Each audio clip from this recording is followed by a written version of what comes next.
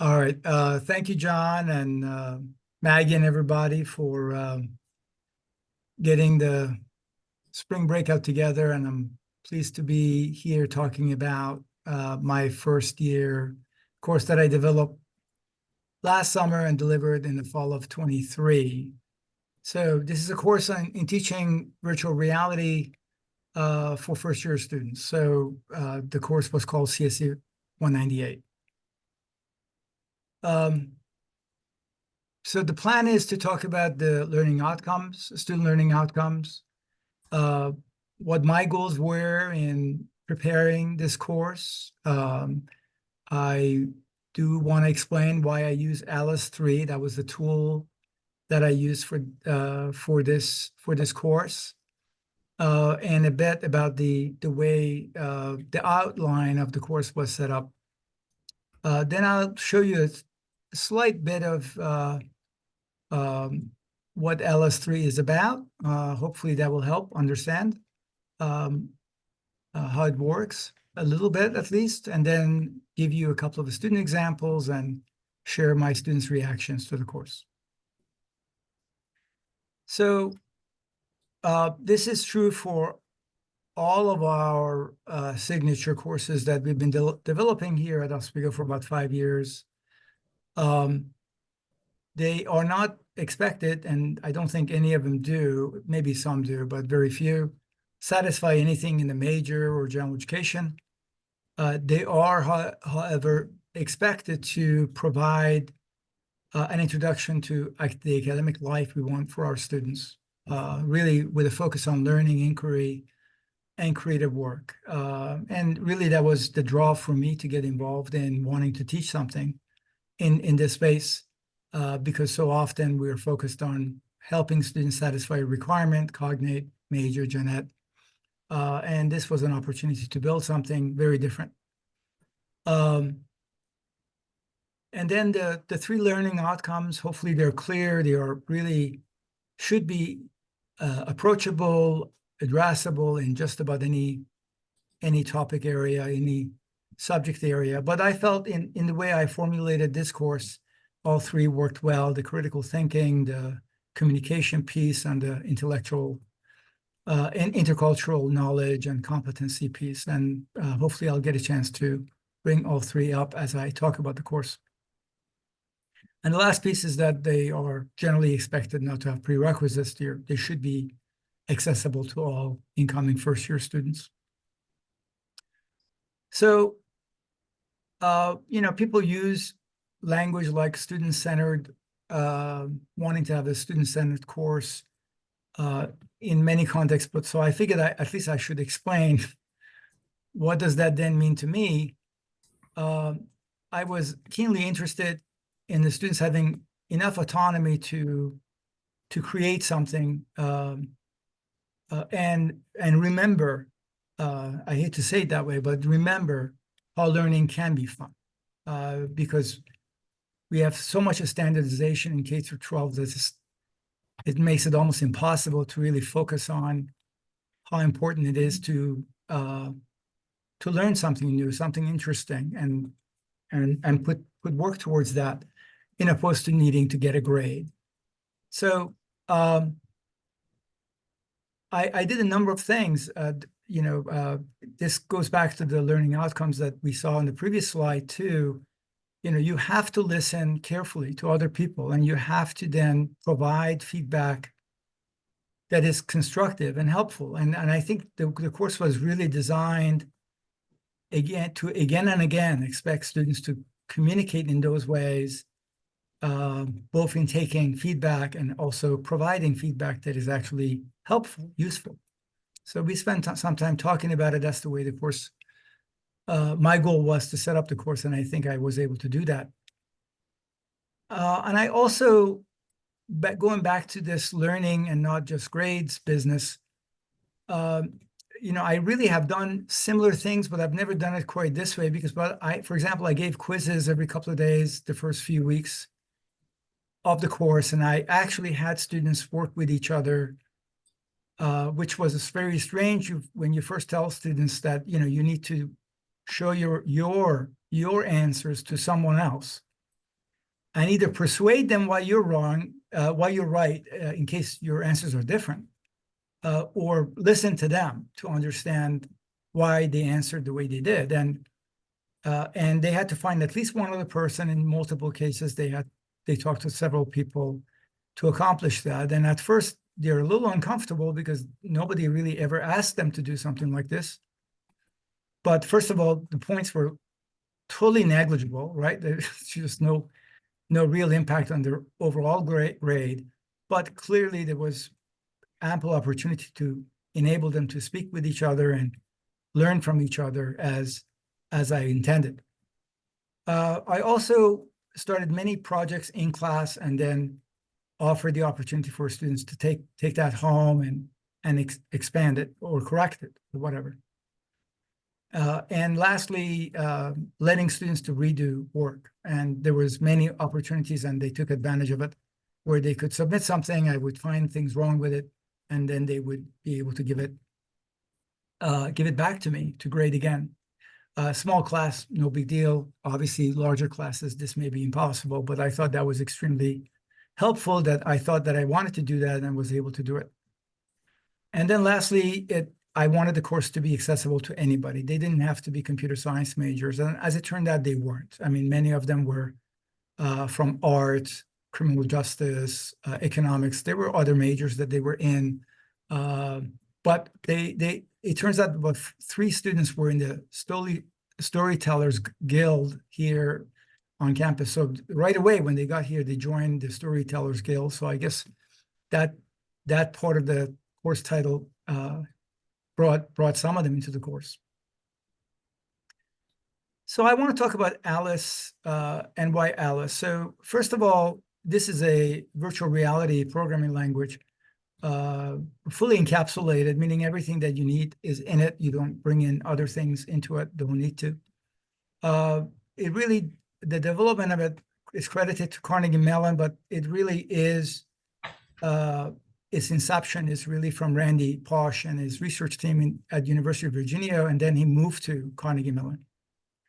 I don't know if any of you know Randy, but he passed away a number of years ago. But he is quite well known for is what is known to be last lecture, something that they do at Carnegie Mellon.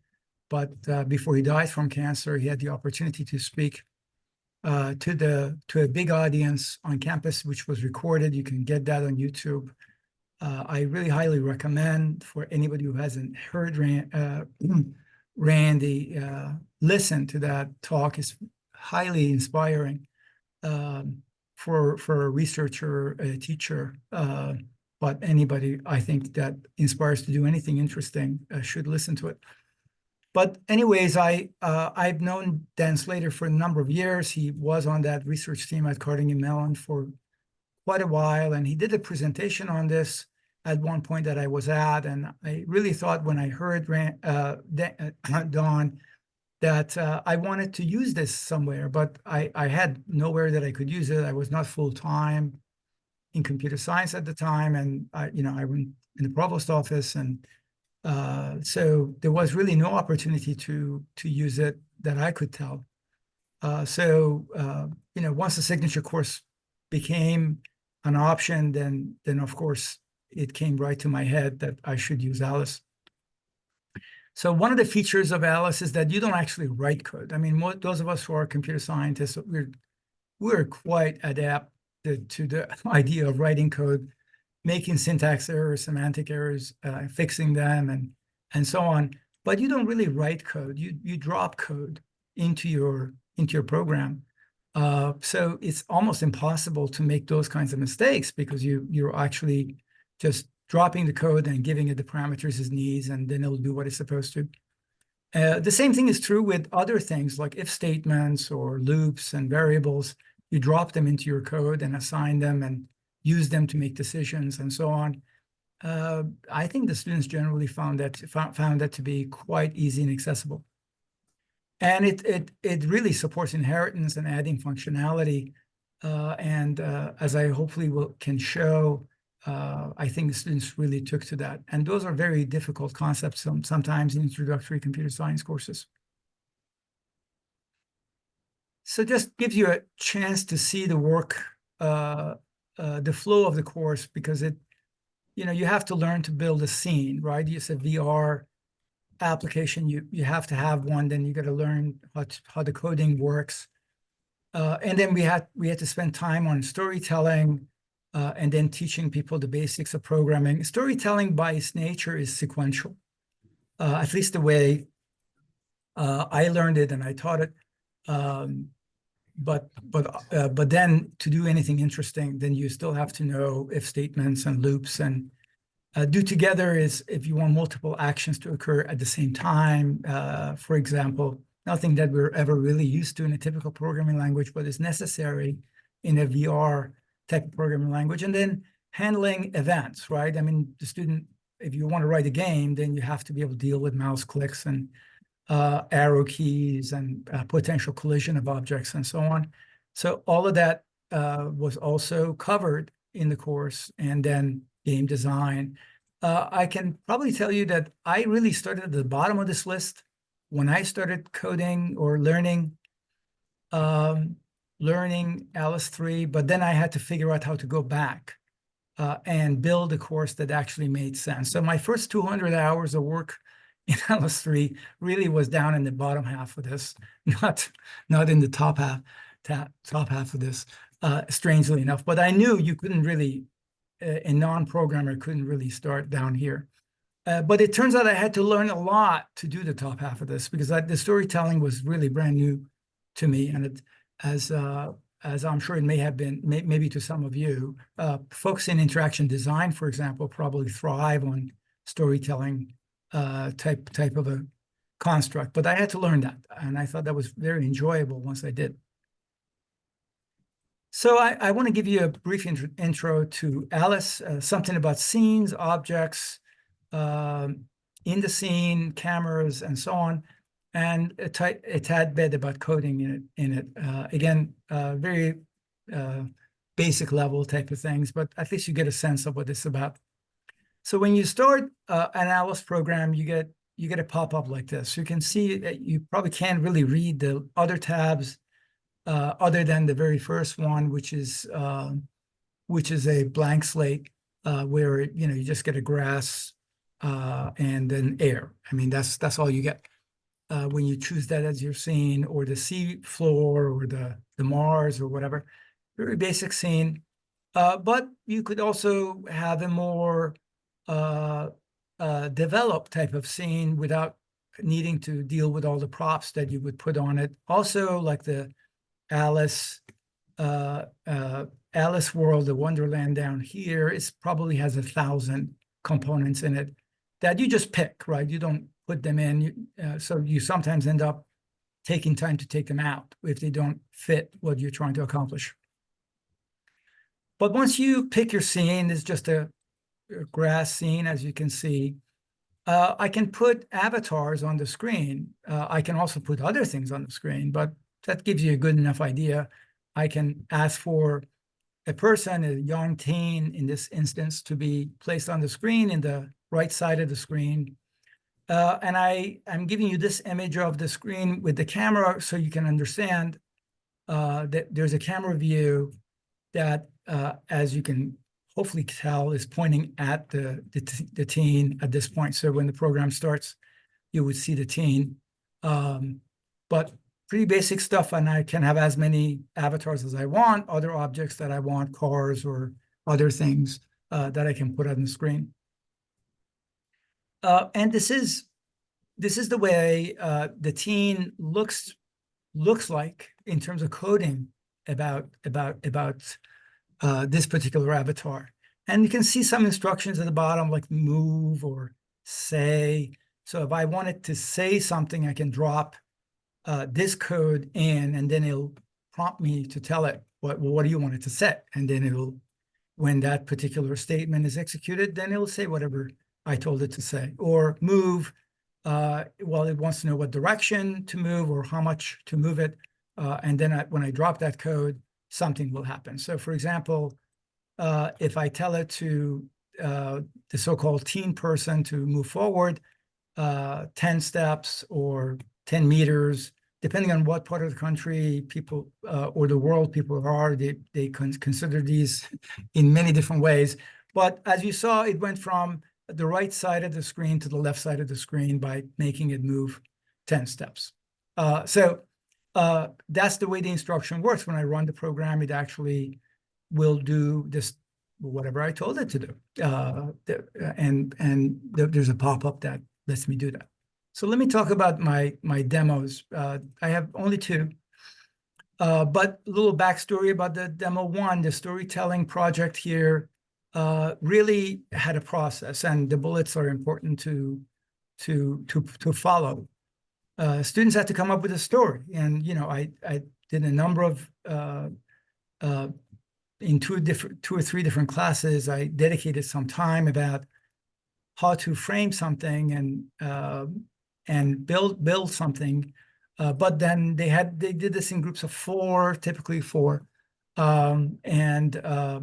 they had to get their story idea presented in class, get some feedback, and potentially then run with it. I did this in Brightspace, by the way, the submissions for these different parts, so students can jump in and comment on other people's ideas.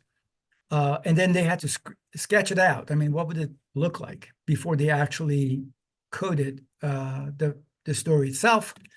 And so they received feedback there too. And then ultimately they did a demo in class of what they did, and they received feedback. So the one I picked, so one of my students in one of those periods of time I dedicated to hear ideas about stories, talked about his grandparents. And obviously this was a story they told him about a young man that they had that had fallen in hard times, and they had taken him in. And then ultimately he ran into some real problems with the mob. And, he told us the story in 10 or 15 minutes, and it was very enjoyable listening to him about it. And then he managed to persuade 300 people, his teammates, that would be the one that they would script and code. So when I show you this particular program, hopefully you get a pretty good sense of what the students were able to do after just 5 or 6 weeks of instruction. So you should have a blank screen at this point, right? You'll have something on the screen in a second.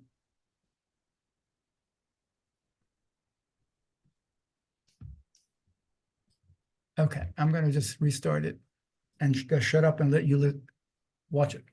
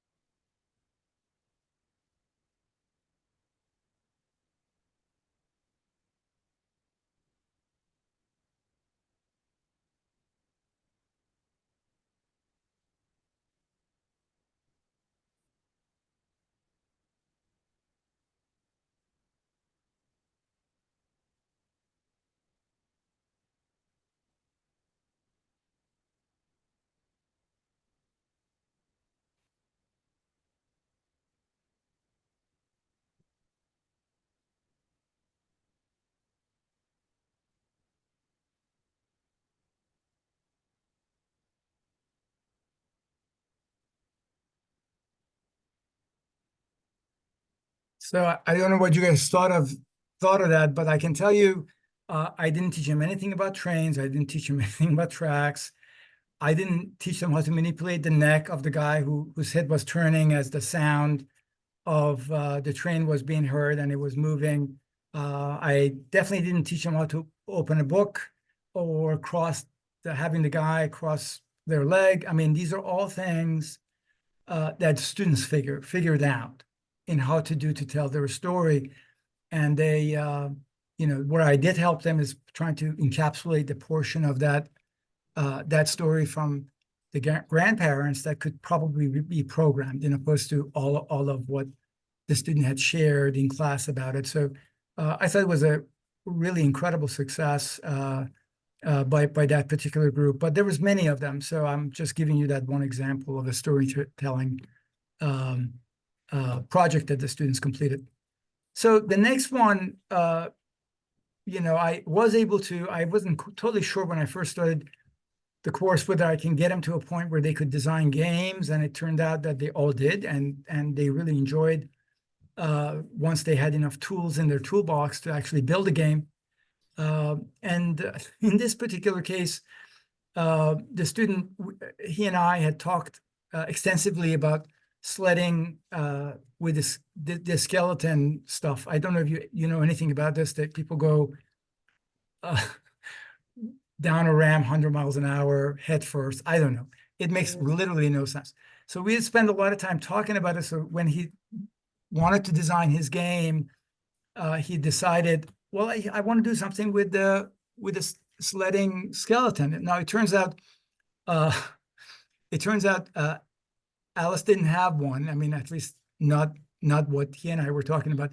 So he did something a little different. So he had a sled that he had giving you control over, and you would then have to get it across from point A to point B and not let it get hit by these boulders. So just give me a second. I'll bring that one up for you.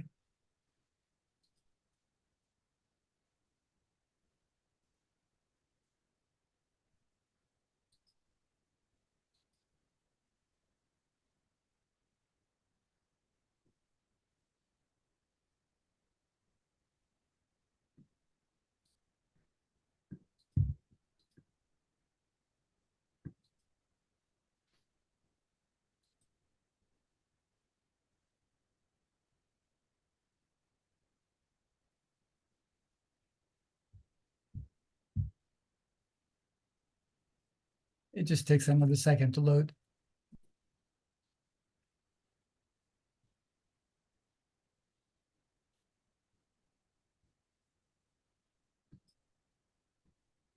All right.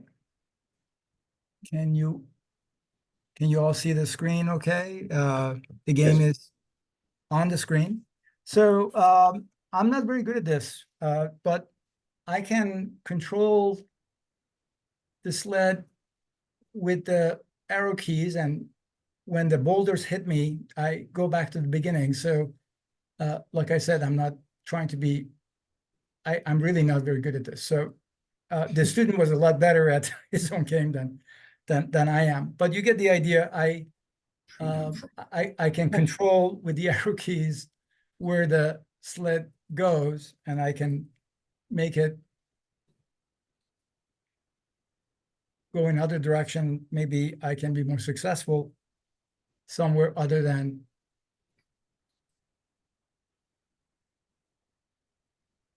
where I was. So let's give that a shot.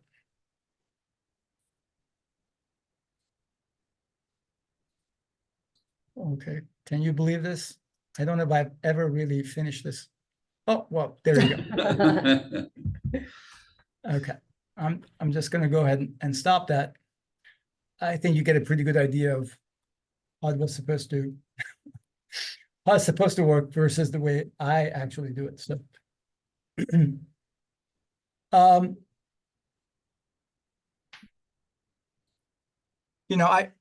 I did teach them how to do some of that stuff, right? I mean, I taught them how to make those not the boulders, but those kinds of things move independent of anything else that may be happening in the program and so on. So they had to learn all of those types of ways of doing it. But, you know, what he developed was his own, and he came up with it 100% without any real input from me, other than telling him that he should have a second level. Not that I ever got to the second level, but the game does have a second level where things get a bit more complicated. So here's some of the things that the student evaluations that happen at the end of the semester, CS faculty ask students to write. Helpful find, I'm assuming the student is referring to the course, enjoyable, beginner, communicative, and you can read what the student had written about why they chose that. Most useful thing, what my strengths and goals are, trying to figure that out, basic code structure using Alice, communicate properly, help me get inspired to do artistic projects. I'm assuming other projects that the person had at the time, basics of how Alice 3 works in creating games and so on. And, you know, my favorite is the first one, right? The learning process, because you can imagine, you know, that is part of what I was after. I do want him to think about that process differently than perhaps they did before coming into a course like this. You know, I think, you know, they thought lots of things were well done in the course, and I tend to agree. It really was an exciting course for a course that didn't satisfy anything. There was an awful lot of time and attention given to it by my students.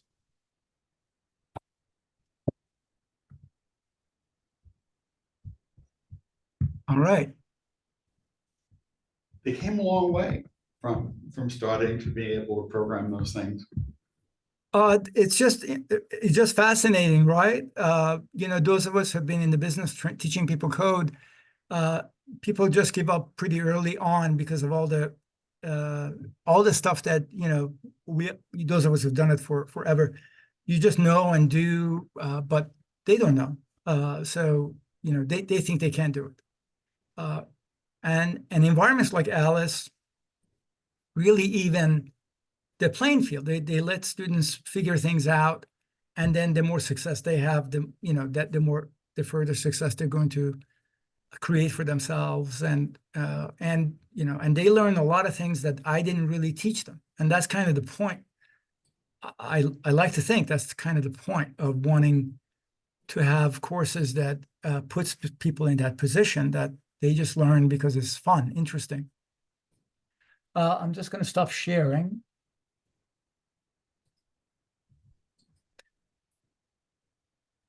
All right. Any other things that I can talk about? Questions? I'm fairly new here. I'm retired from teaching at OCC, and I'm on the staff here in CTS. And I think your Spotlight program sounds wonderful. Is that for freshmen, and do they choose to be part of it, or which courses to take? So I think the way advisement folks handle signature courses, since it's not there isn't a seat for every incoming freshman. We offered maybe like 15 sections or whatever. So the total number of seats is maybe 300 at most.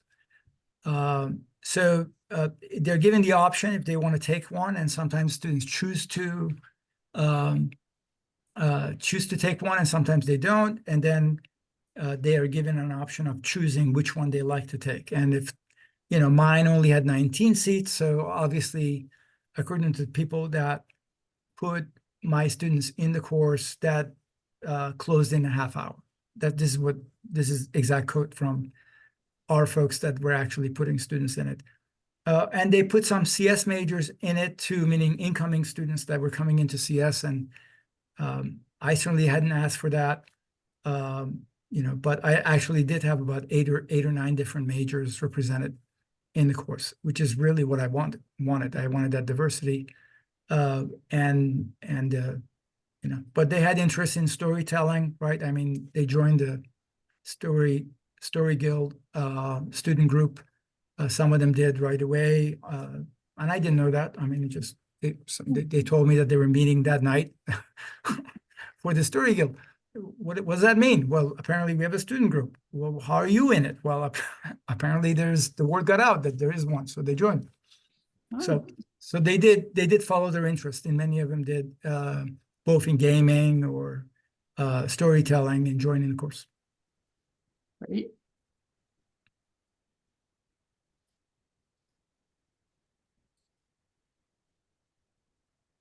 All right. Are we good, John? We are. We'll have this posted, the recording posted this afternoon, I'm hoping. All right. Good to see you all. Thank you, Sheila. Thank you very much. Take care. Thank you.